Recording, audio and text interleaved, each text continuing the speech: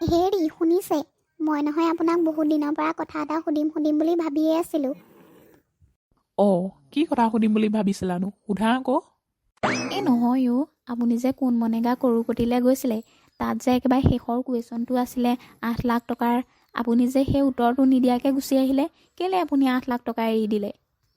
কেলে তুমি সেই শেষৰ কুৱেশ্যনটো কি আছিলে চোৱা নাই হ'বলা? এনে সাংঘাতিক কুৱেশ্যন সুধিলে, মই পাৰিছিলোঁ উত্তৰটো, কিন্তু নোকোৱাকৈহে গুচি আহিলোঁ। ইছ ৰাম, আপুনিও মানুহ আৰু দেই। আপুনি যদি উত্তৰটো জানিছিলেই, কেলৈ কৈ নিদিলে? এনে 8 লাখ টকা পাই গ'লোহেঁতেন, দেখিলেনে? পিছে প্ৰশ্নটো কি সুধিছিলে, ক'ব নেকি এবাৰ? তাত মোক সুধিছিলে, তুমি এনেকুৱা এজনী মানুহৰ নাম কোৱা যাক নেকি কোনো কথাতে হৰুৱাব নোৱাৰি। অহ' এইটো দেখোন একেবাৰে টান প্ৰশ্ন। আপুনিনো এতিয়া পৃথিৱীৰ ভিতৰত কথাত হৰুৱাব নোৱাৰা মাইকী মানুহ ক'ত বিচাৰি ফুৰিব? ভালেই কৰিলে দিয়ক, গুচি আহিলে। নহয় অ', মই কিন্তু পাৰিছিলোঁ। এতিয়া মানুহজনকনো কেনেকৈ কৈ দিওঁ সেইজনী মানুহে যে তুমি আছিলা বুলি।